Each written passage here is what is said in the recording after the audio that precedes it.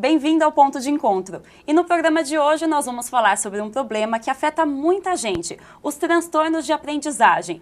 Muita gente tem dificuldade na escola, isso é comum com crianças e adolescentes, mas até que ponto essa dificuldade não é um problema mais sério, como é o caso da dislexia e também do transtorno de déficit de atenção e hiperatividade. E para esclarecer todas as dúvidas sobre esse assunto, a gente recebe aqui hoje a doutora Juliana Meneghetti, ela que é psiquiatra no Hospital da PUC, e também a doutora Marina Merlin, ela que é psicóloga comportamental.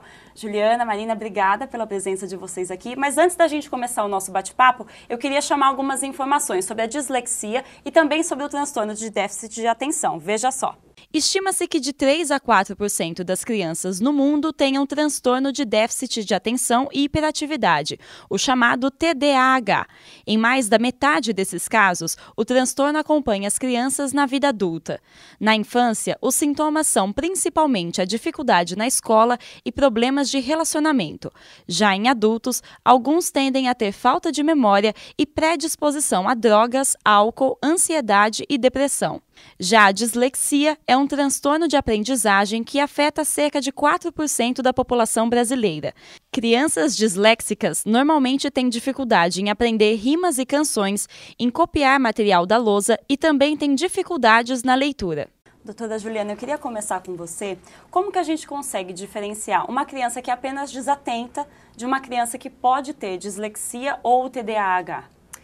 Na verdade, o fundamental vai ser a gente avaliar o dano que essa desatenção ou que essa hiperatividade está causando para essa criança. Então, sintomas todo mundo pode ter, né? A gente mesmo em algumas fases da vida ou até as próprias crianças em algumas situações de maior estresse podem ficar um pouco mais agitadas, um pouco mais desatentas, um pouco mais hiperativas, mas o importante é que essa é um transtorno crônico. Então, a gente precisa ver uma evolução desse quadro e, principalmente, uma perda na funcionalidade dessas crianças.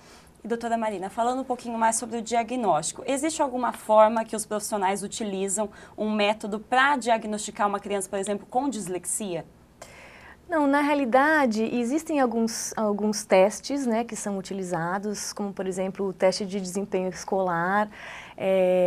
São feitos também alguns testes de QI, para a gente identificar se a criança tem alguma dificuldade de aprender que não seja a leitura e a escrita, que não seja decorrente de um quadro de dislexia. Mas, de uma forma geral, o diagnóstico é clínico, né? Então, você faz uma análise da situação, do contexto, da funcionalidade. E a partir de que momento que os pais devem procurar ajuda médica? É só no acompanhamento rotineiro da criança, percebendo que ela está com algum problema na escola, ou ela pode apresentar algum outro tipo de sintoma que é para os pais começarem a se preocupar? Não, acredito que o próprio desempenho, o rendimento escolar é um bom indicativo, né, que faz com que os pais prestem atenção, né, olha, alguma coisa não está indo bem, a criança não está conseguindo render o quanto ela deveria render, e a criança pode mostrar também outros tipos de indícios de sofrimento, né, a criança pode estar incomodada com o fato dela não estar conseguindo ter um bom rendimento escolar, ou não estar se relacionando bem com seus pares, então ela pode estar mostrando irritabilidade, sintomas de estresse, enfim, isolamento, né? E isso também pode ser, sim, algo que dê uma dica para os pais procurarem um profissional. E, doutora Juliana, a dislexia, ela só aparece, ela só se manifesta em crianças? Na verdade, tanto o TDAH quanto a dislexia, eles vão aparecer na criança, porque são transtornos, patologias crônicas. Então, a gente, mesmo quando você pega um adulto no consultório, trata um adulto com TDAH ou com a dislexia, se você voltar lá na idade de 7 anos, 6 anos, né, na pré-escola, já na idade escolar, a gente vai ver que existiam indícios já do TDAH e da dislexia. Então, são doenças, são transtornos que aparecem na infância. Mas pode acompanhar na vida adulta, por exemplo, Vão ou não? acompanhar pela vida adulta. São transtornos crônicos. E esse é o grande problema. É por isso que a gente insiste tanto na questão do diagnóstico, de se fazer uma boa triagem, né?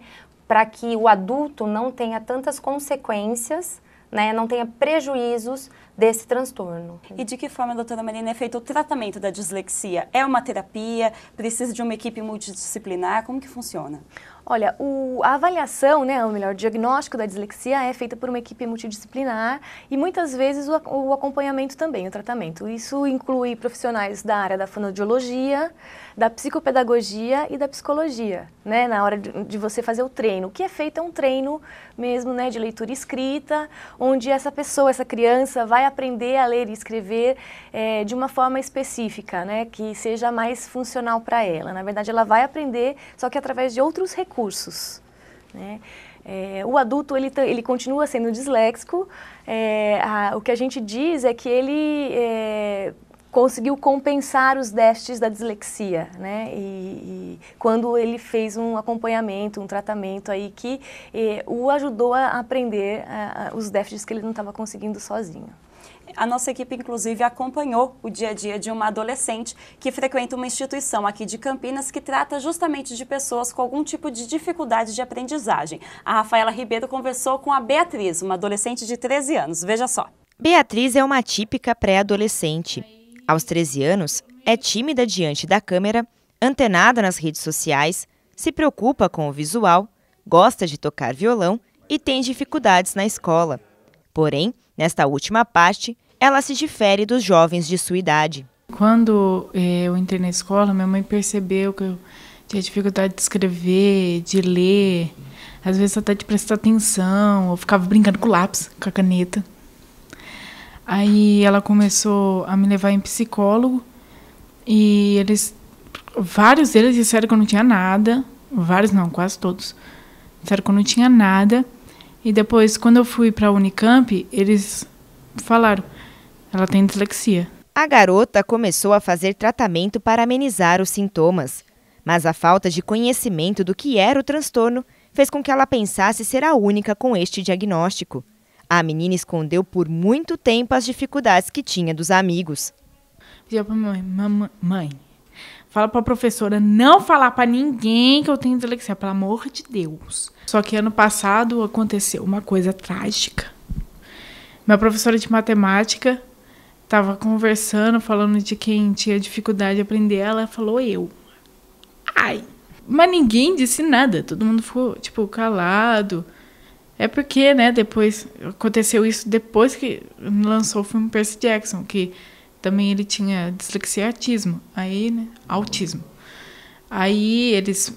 Nossa, você tem uma coisa com o Percy Jackson. O tratamento da Bia não é só individual. Ela participa de reuniões semanais no Educad, que é um grupo que trabalha a socialização de crianças e adolescentes. E a troca de experiência aqui garante mais segurança para encarar o problema. É bacana perceber como eles se observam no outro, né? Então, a dificuldade que um tem é observada no outro e eles conseguem compreender os limites, a maneira como a gente pode aceitar o outro, a maneira como a gente troca experiências. Então, se alguma coisa é difícil para um, como é que esse pode ajudar o outro? Então, são trocas de experiências, mas trocas também de estratégias para resolver o problema. É um acolhimento, né? Por meio de dinâmicas, jogos e outras atividades lúdicas, as crianças e adolescentes que sofrem com transtornos que prejudicam a aprendizagem têm a oportunidade de ver perspectivas para o futuro.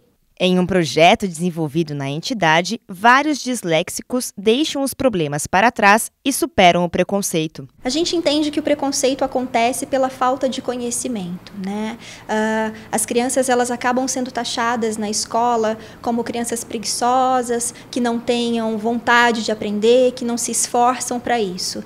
E aí, a partir do conhecimento, do autoconhecimento, para que tenha uma aceitação do seu problema, para que eu possa, então, informar o meu colega, o meu professor, do que eu tenho, porque é a partir do autoconhecimento que eu possa mostrar e esclarecer outras pessoas para eliminar esse preconceito. Antes eu não conseguia fazer umas lições, mas agora eu estou sendo uma da primeira da classe a fazer lição, terminar, então melhorou bastante. Doutora Marina, a gente viu aí no caso da Beatriz que o que mais marcou ela foi essa questão do preconceito. Ela tinha vergonha de que os colegas soubessem que ela tinha essa doença. De que forma que isso pode ser tratado? Como que os pais podem ajudar essa criança a ela se sentir mais incluída dentro da sala de aula ou no ambiente que ela frequenta, sendo uma criança disléxica? Acho que a primeira etapa é a informação, né? Entender o que é a dislexia, o que é o transtorno de déficit de atenção, de onde vem e quais são as dificuldades que essa pessoa tem. E saber também que existem formas da gente ultrapassar esses obstáculos, né, que esses transtornos acabam manifestando na vida das pessoas, e que é possível e que muitas pessoas têm, né, não é uma coisa individual, é de 4 a 6% da população, então com certeza alguém na classe também vai ter. Eu acho que o começo é a questão da informação, entender o que está acontecendo. E de que forma que os pais podem tentar fortalecer essa criança? Porque, principalmente no caso da Beatriz, ela tem 13 anos, né? Uhum. É aquela fase que todo mundo quer ser aceito, quer fazer parte de um grupo. E uma criança que tem, uma adolescente, né, que tem alguma coisa diferente, ela já é taxada, talvez ela possa ser excluída. Uhum. De que forma que os pais podem ajudar essa criança para que ela se sinta mais segura, por exemplo, de estar nesse meio e se sentir incluída? Uhum. E eu acho que inicialmente tem que ser oferecido um tratamento mesmo para que essa pessoa possa, né, se sentir capaz de fazer o que os outros fazem também. Além disso, acredito que os pais precisam dar um suporte, né? Então, assim, é claro que ela pode ter dificuldade para ler, para escrever, para prestar atenção na aula, mas ela tem as outras características que possam ser valorizadas e que os pais precisam valorizar e não focar só no aspecto negativo, na dificuldade. E doutora Juliana, com relação à sala de aula, os professores, às vezes eles também não sabem como lidar com essa criança. Pode ser que às vezes eles pensem que a criança é desleixada ou ela não se empenha o suficiente. De que forma que isso também pode ser melhorado? Na verdade, os professores, eles até acabam ajudando a gente bastante na questão da dislexia. Muitas vezes, eles são os triadores deste diagnóstico, né? São os solicitadores do encaminhamento e do pedido de ajuda. Já com relação ao TDAH, às vezes fica um pouquinho mais difícil, porque as crianças parecem ser mais agitadas e mais endiabradas, né? Então, isso às vezes acaba trazendo uma dificuldade maior para o professor. Eu acho que, é como a Marina disse, mesmo para os professores, eles precisam ter informação, né? Então, a gente precisa estudar, a gente precisa saber que existem transtornos de aprendizagem, que existe uma entidade chamada TDAH, né? Que dentro dos transtornos de aprendizagem não existe só a dislexia, né? Mas existem os transtornos associados à parte da matemática, à parte da escrita e realmente não minar a autoestima desse aluno, porque é o que geralmente acontece. A criança que tem o TDAH ou a dislexia, ela normalmente não tem nenhuma questão cognitiva, então a inteligência dela é perfeita, ela tem dificuldades em outras áreas, então ela tem a crítica de que ela pode, mas ela não consegue, ela gostaria de fazer como os outros, mas em alguns momentos ela não consegue. Então, se não houver ajuda do professor para que essa autoestima não seja minada, não seja destruída, muitas vezes essa criança ela vai ter outros problemas além da dislexia e do TDAH. Então, eu acho que sim, a informação talvez seja o começo, né?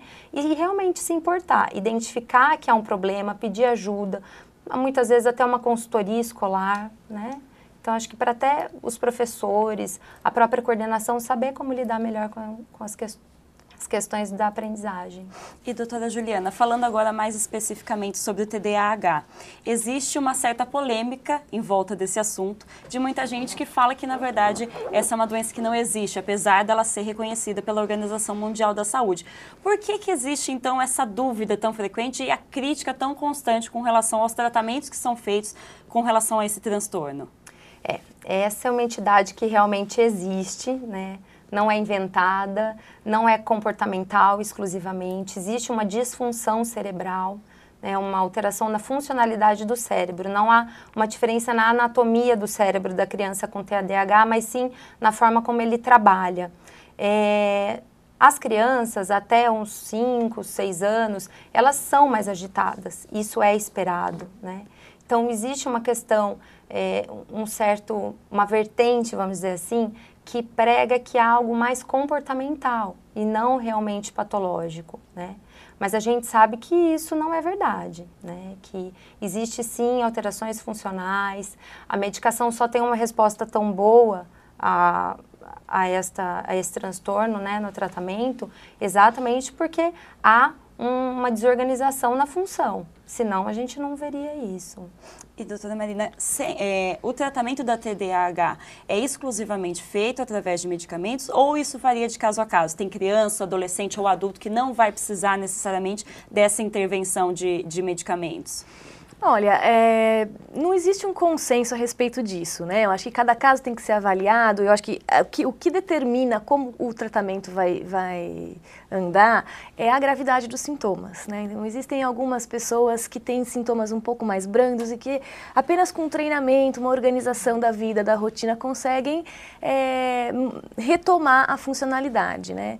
A atenção, ela pode ser melhorada com algumas estratégias comportamentais, mas como a doutora Juliana disse, né, existe uma disfunção neuroquímica que a gente não consegue acessar, né, em alguns casos, principalmente quando os casos são mais, os sintomas são mais intensos, mais graves. Então, o ideal, né, o padrão ouro de tratamento para o TDAH é a combinação da terapia comportamental com o tratamento farmacológico.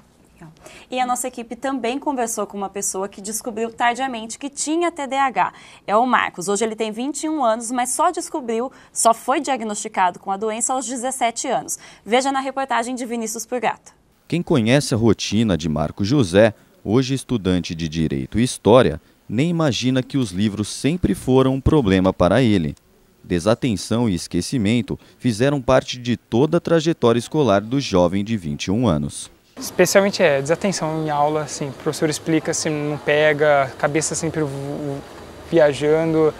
Uma dificuldade, assim, especialmente em algumas aulas de exatas, assim, matemática, uma dificuldade séria de aprender. É muito rápido, o raciocínio sai em 2 segundos, sabe? Mas você ficava desatento com que tipo de Qualquer coisa, uma mosca voando até um problema, qualquer coisa, entende? Aos 17 anos, Marcos resolveu procurar ajuda. A dificuldade de reter informações preocupou então o aluno do ensino médio que estava prestes a realizar o vestibular. Após alguns exames, Marcos foi diagnosticado com déficit de atenção e começou o tratamento com remédio tarja preta. Seus pensamentos começam a ficar mais claros, você se distrai muito menos. Se você parar de estudar, você vai ficar, você vai fixar, você vai reter.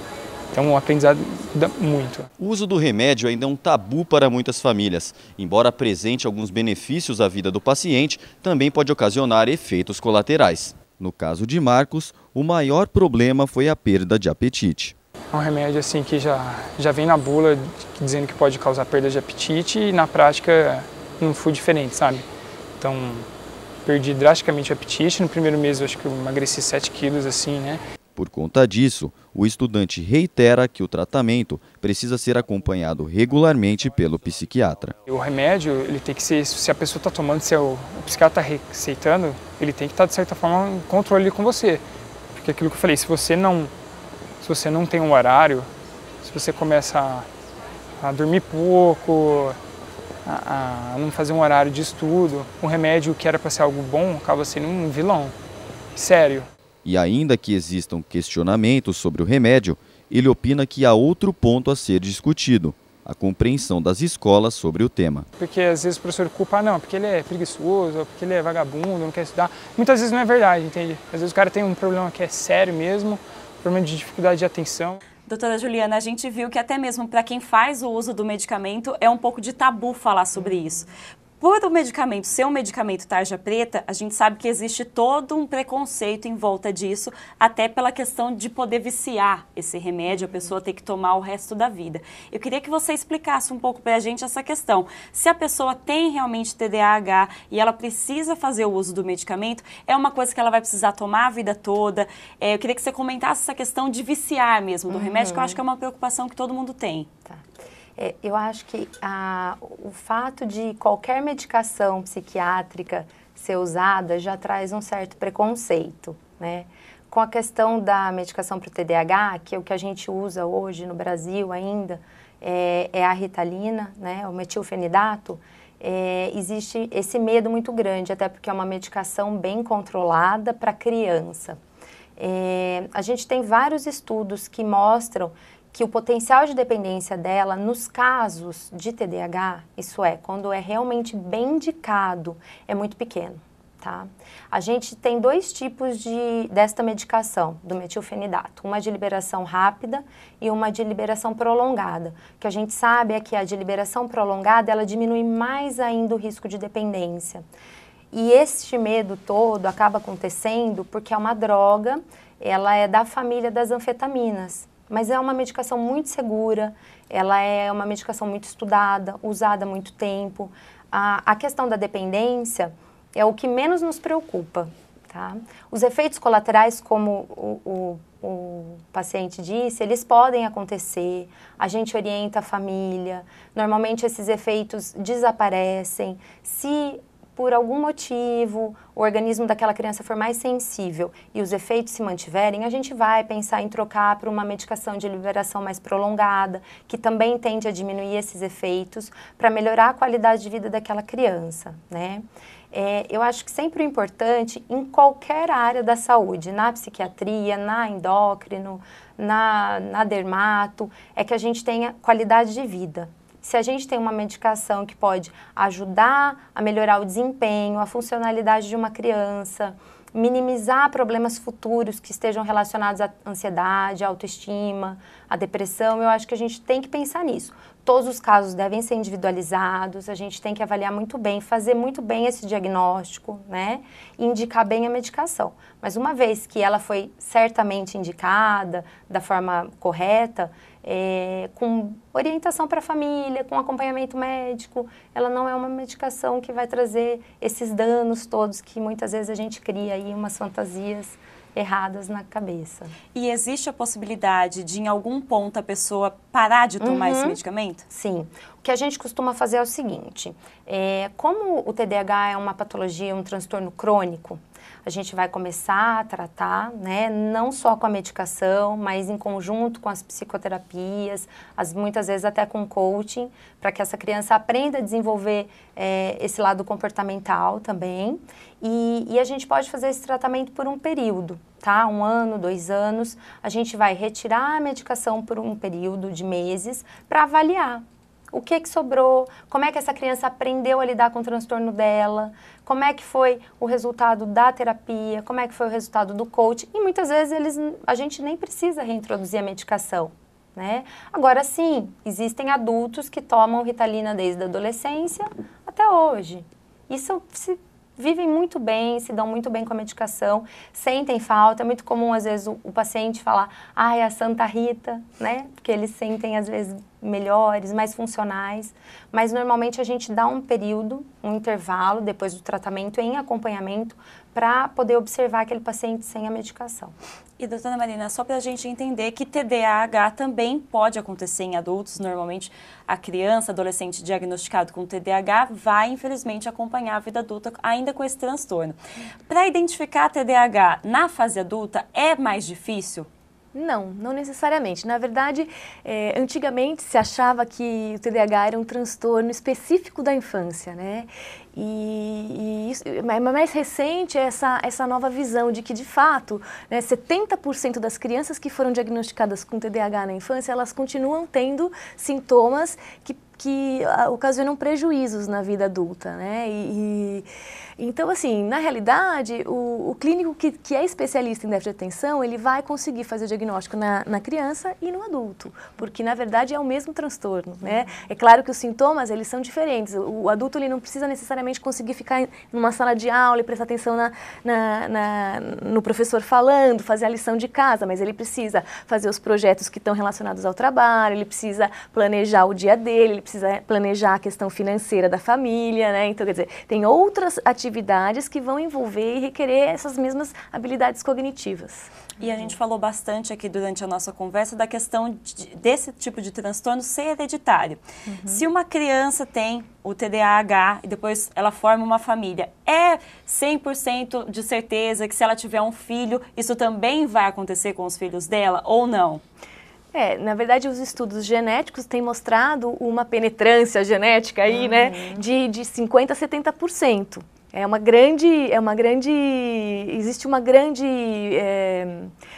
transmissão genética do transtorno de déficit de atenção, que é muito comum na clínica. A gente começa a tratar do filho e quando você vai pegar a história, né, da família, se tem problemas psiquiátricos na família, a gente acaba descobrindo que um dos pais tem, né, ou o irmão tem. Então existe sim, numa família onde tem déficit de atenção, é só procurar um pouco mais que a gente acaba achando mais alguém, porque existe sim essa herança genética muito forte.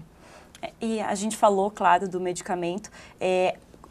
Junto com o tratamento do medicamento, a pessoa faz uma psicoterapia e tem alguma outra coisa que ela pode fazer para ajudar ela? Não sei se pessoas com TDAH são mais ansiosas, que é questão de fazer... Normalmente, muitas pessoas falam que você tem que fazer exercício físico e que isso ajuda. Eu não sei se isso é um mito no caso desse tipo de transtorno. Não, realmente isso ajuda, principalmente na criança. São crianças mais agitadas, são crianças mais hiperativas, e fazer o exercício físico, ter uma rotina em que ela consiga gastar energia, em que ela consiga se cansar com outras coisas, é importante sim. A própria terapia muitas vezes vai ajudar nessa questão de se organizar, como é que ele vai poder organizar o dia, como é que ele vai poder organizar a rotina, né? E a medicação também vai ajudar a compor no tratamento. Doutora Marina, eu queria entender um pouquinho melhor, a doutora Juliana falou dessa questão do coaching, queria que você explicasse um pouquinho melhor para a gente como que funciona essa técnica, esse tratamento. O coaching comportamental é um treinamento, né, como a própria palavra do inglês nos remete.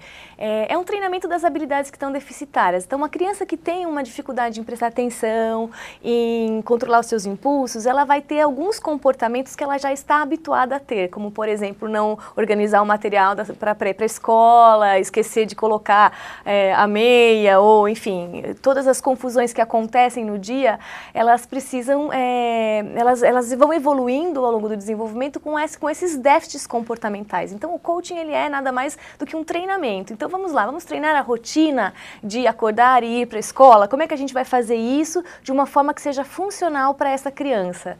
Então o coaching é um tratamento muito individualizado, mas é um treinamento que repercute muito positivamente na vida das pessoas que têm déficit de atenção, não só crianças como adultos também. E normalmente esse tratamento, ele tem um prazo, ele é feito por quanto tempo? Olha, o mínimo 3 meses, mas em 3 meses a gente já consegue ver uma melhora bem significativa. Legal. Doutora Marina, doutora Juliana, eu agradeço a presença de vocês aqui no nosso programa. E essa e outras produções da TV PUC você acompanha no site que aparece na sua tela. Você também pode fazer sugestões sobre os temas dos próximos programas. Eu agradeço pela sua companhia e até a próxima. Tchau, tchau!